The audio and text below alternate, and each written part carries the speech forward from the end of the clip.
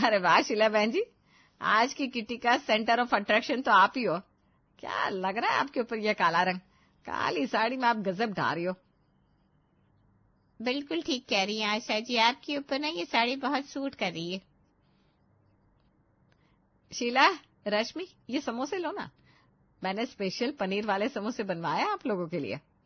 तभी हाथ में चाय की ट्रे पकड़े आशा की बेटी टीना हॉल में आती है। क्या मम्मी, अभी आप शीला आंटी की इतनी तारीफ कर रहे हो और कल बोल रही थी खुद काली मोटी भैंस है, ऊपर से जब देखो तब काली साड़ी पहन के चली आती है और 4 लोगों का खाना किटी में अकेले ठुस जाती है। जब आपको शीला आंटी की ज्यादा खाने से इतनी प्रॉब्लम है तो क्यों बार बार फोर्स कर रही हो उन्हें समोसा खाने के लिए? क्या कहा? तुम इतनी घटिया बातें करती हो मेरे बारे में? ये तो वही बात हो गई, मुंह में राम बगल में छुरी। देखो भी 2 मिनट पहले कैसी झूठी तारीफ टपका रही थी। अगर मेरे खाने पीने से तुम्हें इतनी तकलीफ है तो क्यों बुलाया अपने घर पर किटी के लिए? अब जब किटी करने की हैसियत नहीं है तो 4 लोगों को अपने घर बुलाकर क्यों बेइज्जती करती हो तुम? मैं तो कसम खाती हूँ आज के बाद इस आशा के घर किटी तो क्या किसी के जन्मदिन में भी नहीं आऊंगी। और तेरे घर का समोसा खाए मेरी जूती। आई बड़ी मुझे मोटी भैंस करने वाली। आशा, मैं तो तुझे बड़ा समझदार समझती थी, ये क्या किया तूने? अरे घर आए मेहमान को कोई इस तरह से अपमानित करता है क्या? अगर तेरे मन में कोई बात थी तो उसे अपने तक रखना चाहिए था। इस तरह से इतने सारे लोगों के सामने ये क्या तमाशा किया? अरे लेकिन, अरे तुम लोग सुनो तो सही, मेरी बेटी की बातों में मत आओ। ये ना मंद बुद्धि है, कुछ भी बोल देती है। मैं क्यों ऐसा कहूंगी? रश्मि तू तो समझदार है, तू समझाना सबको। अच्छा मम्मी, अभी रश्मि आंटी आपको समझदार लग रही है। वैसे तो आप कहते हो कि रश्मि आंटी सबके मैटर में टांग अड़ाती रहती है और खुद को ज्यादा ही स्मार्ट समझती है। अब आप खुद ही उन्हें अपने मैटर में बीच में घसीट रही हो, ये क्या बात हुई? क्या कहा? मैं ओवर स्मार्ट हूँ? भाड़ में जाओ तुम और तुम्हारी किटी। आशा की सारी सहेलियां इस तमाशे के बाद पैर पटकती अपनी अपनी इज्जत बचाकर वहां से निकल गई। अरे तुझे किसने कहा था मेरी किटी पार्टी में बीच में कूदने के लिए? थोड़ी देर तेरी जुबान बंद नहीं रख सकती थी? अपने कमरे में नहीं बैठ सकती थी तू? मैं पूछती हूँ यहाँ क्या करने आई थी? बिना बात के चिल्ला रही हो आप। अरे वैसे तो दिन भर कहती रहती हो मैं घर में कोई काम नहीं करवाती। अब इतने सारे लोग घर में मेहमान बनकर आए थे, सोचा थोड़ी मदद करवा देती हूँ। पता नहीं दुनिया को क्या हो गया, किसी की हेल्प करने चलो तो लोग उल्टा बुराई देने लगते हैं। देखिए, ले जाइए अपनी बेटी को मेरी आंखों के सामने से, वरना मैं भूल जाऊंगी कि ये मेरी बेटी है। मैं इसका गला वाला दबा दूंगी आज। और इसको बोलना अगर अपनी सलामती चाहती है ना तो कम से कम 1 हफ्ते तक मेरी आंखों के सामने नजर ना आए। अरे बेटा, बच्ची नहीं रही हो तुम, थोड़ा सा तो अपनी जुबान पर काबू किया करो। क्या तमाशा खड़ा किया तुमने? अपनी मम्मी की इज्जत का जरा तो ख्याल करती। पापा, इज्जत की बात तो आप करो ही मत। मम्मी ने बताया आपके पूरे खानदान की 2 पैसे की इज्जत नहीं है। वो तो मम्मी की शादी आपके साथ गलती से होगी, वरना आपको तो कोई काला कुत्ता भी नहीं पूछ रहा था। क्या आशा, ये सब क्या कहती हो तुम हमारे खानदान के बारे में? हद हो गई अब तो। अरे क्या आप भी अपनी मुंह फट लड़की की बात में आ रहे हैं? जानते ना पागल है ये आदि। आशा और विनय बाबू का जो झगड़ा हुआ, पूरे 1 महीने दोनों के बीच बोलचाल बंद रही। टीना बेटा, कितना दिन हो गए तू कहीं शॉपिंग के लिए नहीं गई? हैं? ये ले बेटा पैसे, जा अपने लिए शॉपिंग करके आ। अरे मम्मी, क्या बात है, आज बड़े फूल झड़ रहे हैं आपके मुंह से। वैसे तो दिन रात मुझे गालियां देती रहती हो। नहीं बेटा, ऐसी कोई बात नहीं है। मैं क्यों गालियां दूंगी तुझे? इकलौती लाडली राजकुमारी है तू इस घर की। अच्छा, आपको क्या लगता है मैं जानती नहीं आप पापा से मेरे बारे में क्या क्या बातें करती हैं? जरूर कोई तो मतलब है आपका, वरना आप मुझे बिना मांगे पैसे दे तो ये भला थोड़ी ना हो सकता है। मुझे मुंहफट और बदतमीज कह रही थी ना आप, याद है? तुझे जाना है या नहीं? चल रहने दे। अरे मम्मी, लाओ पैसे इधर दो। आप बोल रही हो तो चली ही जाती हूँ, आप भी क्या याद करोगी। माँ के हाथ से पैसे लेकर गुनगुनाते हुए टीना घर से निकल गई। चलो मुसीबत टली। सुनते हैं जी, जल्दी फोन लगाइए और लड़की वालों को पूछिए वो लोग निकल गए ना। अरे भाग्यवान, अभी तो पूछा, निकल गए हैं, आधे घंटे में आते होंगे। लेकिन ये इतने सारे पैसे किस खुशी में तूने टीना के हाथ में थमाए? पूछता आप ऐसे रहे जैसे कुछ जानती नहीं। अरे अपनी बेटी की हरकतों से अनजान है क्या? अपने विजय के लिए कोई पहला रिश्ता तो आया नहीं, याद है ना पिछले 3-4 रिश्तों को कैसे भगाया इसने। अरे तुम भी ना, वो बच्ची है, उसकी बातों को क्या इतना सीरियस लेती हो? वो क्यों भगाने लगी किसी को? अपने बेटे को बोलो थोड़ा शरीफ इंसान बनकर मिले लड़की वालों से। लक्षण तुम्हारे बेटे के खराब है और रिश्ता ना होने का इल्जाम मेरी बेटी पर लग जाता है। विजय बेटा जल्दी से तैयार हो जा, लड़की वाले आते ही होंगे। और हाँ, थोड़ा शरीफ दिखना उनके सामने और कम बोलना, जब मैं बुलाऊं तभी आना। अरे मम्मी, मैं लड़का हूँ, लड़की नहीं हूँ जो आप ऐसे घबरा रही हो। कहो तो घूंघट डाल लूं सर पर, ताकि और संस्कारी नजर आऊं आपको। चुप कर नालायक। देख, अगर अब तेरा रिश्ता नहीं हुआ ना तो फिर मैं किसी और लड़की को लेकर नहीं आने वाली। अरे परेशान हो गई हूँ रोज रोज तेरे लिए रिश्ते की बात चलाते चलाते। कुछ ही देर में लड़की वाले आशा के यहाँ पहुंच गए थे। आशा को भी पूरा विश्वास था कि इस बार तो बेटे का रिश्ता हो ही जाएगा। आप लोग बैठिए, मैं आपके लिए पानी लेकर आती हूँ। अभी मेहमान पानी पी रहे थे कि घंटी बजने की आवाज आती है। आशा जाकर दरवाजा खोलती है। अरे मम्मी, आज तो एक ही बार में लपक कर दरवाजा खोल दिया आपने, क्या बात है? आज पापा से उठकर दरवाजा खोलने के लिए बहस नहीं की क्या? चुप कर तू नालायक। ये बता तू इतनी जल्दी कैसे आ गई? तू तो शॉपिंग पर गई थी ना। अरे तो दरवाजे पर रास्ता रोककर क्यों खड़ी हो आप, जैसे मैंने आपकी कोई चोरी पकड़ ली हो?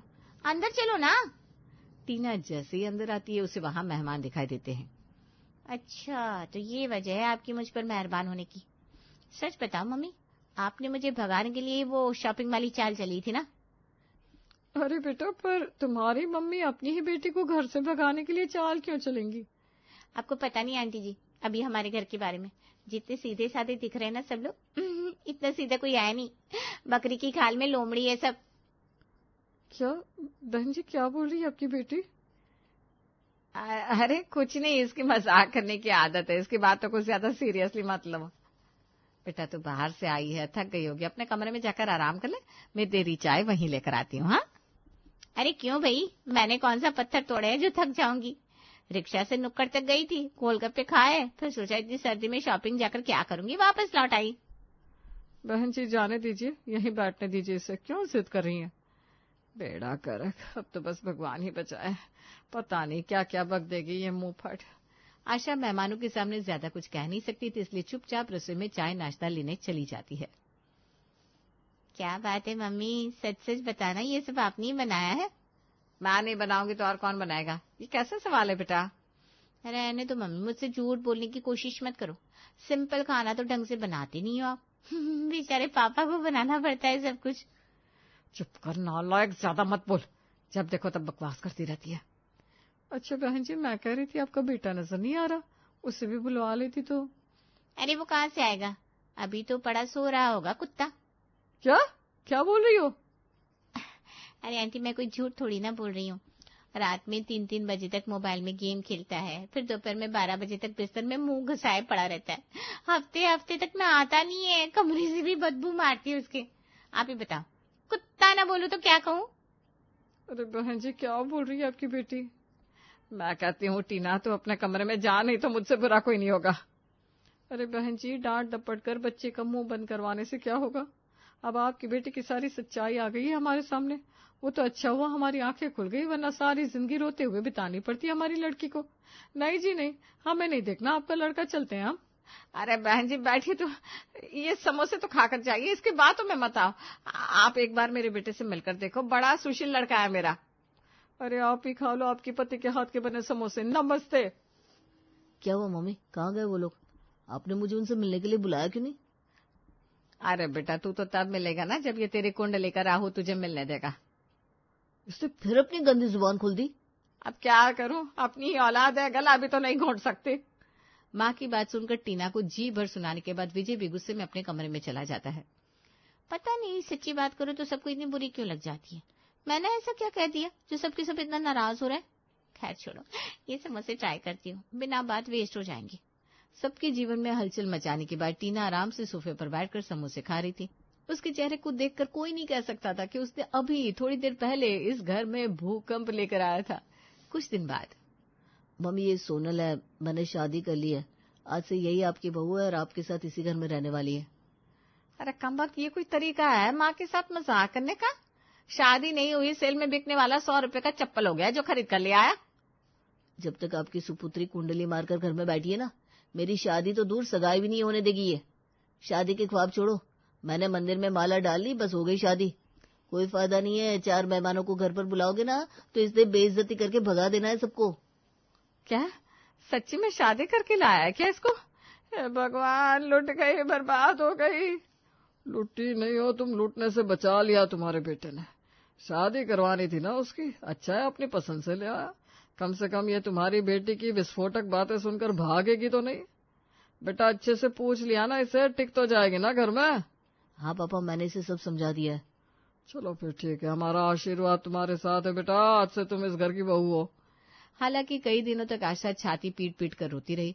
सच में तकलीफ तो उसे हुई थी। उसका इकलौता बेटा, जिसकी शादी के उसने ढेरों अरमान सजाए थे, अंत में उसे मंदिर में माला डालकर एक लड़की को शादी करके घर लाना पड़ा था। बेटे की शादी के बाद सोनल भाभी, ये मम्मी जो इतना मुस्कुरा मुस्कुरा कर आपसे बात करी है ना, उनकी चिकनी चुपड़ी बातों में मत आना। आपको पता नहीं है, बहुत कुछ सोच के रखा है उन्होंने विजय की शादी के लिए। कहती थी बेटे की शादी में गाड़ी, गहने, पैसे सब कुछ लूंगी, लेकिन कोई रिश्ता ही नहीं हो रहा था। तब जाकर सारे तेवर ढीले हुए मम्मी के, और मन मारकर आपको एक्सेप्ट कर लिया इन्होंने। थोड़ा टाइम बीतने दो, अपने असली रूप में आ जाएगी ये। हाँ, देखे थे मैंने सपने अपने बेटे की शादी के। कोई गुनाह कर दिया था क्या? लेकिन जिस घर में तेरे जैसी दुष्ट औलाद पैदा हो गई हो ना, उस घर में कहाँ कोई शुभ काम हो सकता है।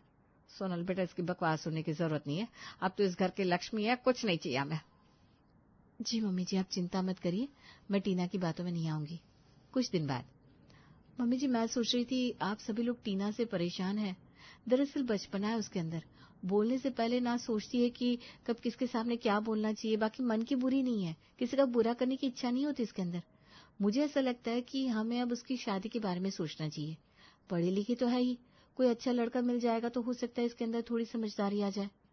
अरे बेटा, हम इसके माँ बाप है, जब हमसे अपनी लड़की झेली नहीं जा रही तो किसी और के माथे क्या सोचकर मारते इसे। बस तू ये समझ ले, सारी जिंदगी हमें अपने सर पर ढोना पड़ेगा इसे। इसकी शादी नहीं होने वाली, इसने अपने भाई की शादी नहीं होने दी। इसके लिए लड़के वालों को बुलाकर बिठाऊंगी, पता नहीं क्या क्या बकेगी उनके सामने। 4 लोगों के सामने हमारा तमाशा ही बनेगा और कुछ नहीं। मम्मी बिल्कुल ठीक कह रही है, इसकी शादी के बारे में तुम सोचना भी मत, और अपने किसी जानने वाले का रिश्ता तो कभी भी भूल कर भी मत ले आना। ऐसी ऐसी बातें करती ना, ये सुनकर कानों में से धुआं निकला है। कोई अंधा ही होगा जो उसके साथ शादी करेगा। तभी टीना हॉल में आती है। मम्मी, वो आप लोगों को धीरज के बारे में बताना था। कौन धीरज? अब क्या कांड करके आई तू? अभी तक तो घर वालों के नाक में ही दम कर रखा था, अब बाहर वालों को भी सताने लगी। किसी के नाक में दम नहीं किया मैंने। मैं और धीरज एक दूसरे को 1 साल से जानते हैं और शादी करना चाहते हैं। क्या? प्यार, शादी? अरे कोई पढ़ा लिखा समझदार बंदा तो इससे शादी करेगा नहीं, पक्का कोई भिखारी पकड़ा होगा इससे। अरे धीरज पढ़ा लिखा है, एमएनसी में जॉब करता है, ऐसी कोई भिखारी को पकड़ लाऊंगी क्या? मैं तो मान ही नहीं सकती कि कोई समझदार लड़का तुझसे शादी करने को तैयार हो जाएगा। दिमाग ठीक से काम करता है ना उसका। अरे हद हो गई मम्मी, मुझे भी अपने बेटे की तरह नकारा निकम्मा समझती हो क्या? जैसे उसे 1 दर्जन लड़कियों ने रिजेक्ट किया, मुझे भी रिजेक्ट करे, ऐसा जरूरी थोड़ी ना है। मैं संडे को मिलने के लिए उसे घर पर बुला रही हूँ, आप लोग मिल लीजिएगा संडे के दिन। अभी तुम देखना, ऐसी ऐसी बकवास करेगी उन लोगों के सामने, 5 मिनट के अंदर सर पर पांव रखकर भागते हुए नजर आएंगे वो लोग। और ये धीरज पक्का मैसेज में बात कर रहा होगा। अगर इसने एक बार भी इससे बात की होती ना, तो यहाँ तक आने की हिम्मत ही ना करता बेचारा।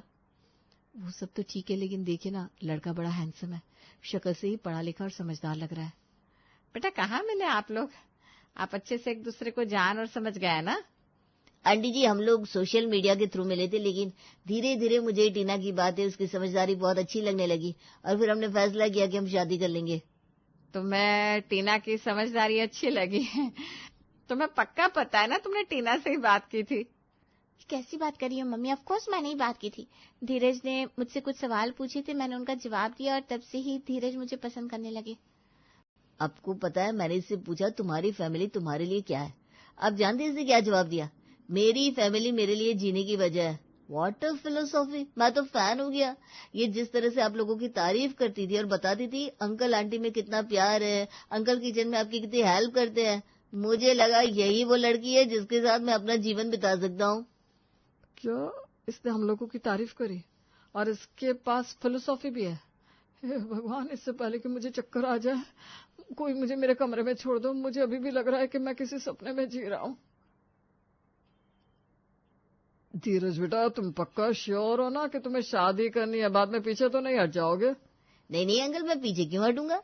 टीना जैसी साफ दिल, सुंदर, पढ़ी लिखी, समझदार लड़की मुझे कोई दूसरी थोड़ी ना मिलेगी।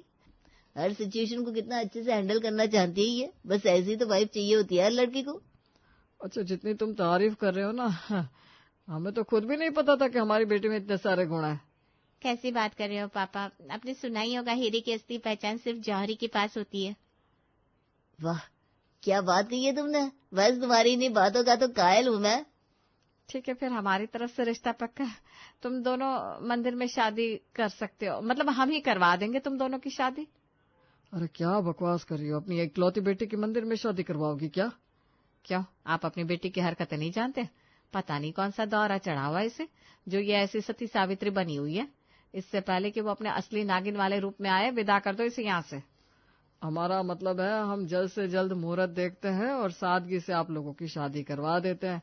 आप लोग चाहे तो रिसेप्शन बाद में करवा लेंगे। जी जी, जैसा आप लोगों को ठीक लगे। लड़के वालों की जाने के बाद ये सब क्या था? टीना, तुम इतनी समझदार कब से हो गई? हाँ, तो उसमें इतना हैरान होने वाली क्या बात है? माना कि मैं कभी कभी मुंह पर साफ साफ बोल देती हूँ, लेकिन इसका मतलब ये थोड़ी ना है कि मुझ में अकल नहीं है। आप लोग जितना समझते ना, उतनी बेवकूफ नहीं हूँ मैं। सबके जीवन में नींबू निचोड़कर जायका खराब करने वाली टीना ने अपने जीवन की प्लेट को बढ़िया सजा लिया था, जिसे देखकर पूरे परिवार के होश गुम हो चुके थे। और अब सब लोग एक दूसरे को यकीन दिलाने में लगे थे, टीना की सच में शादी हो रही है।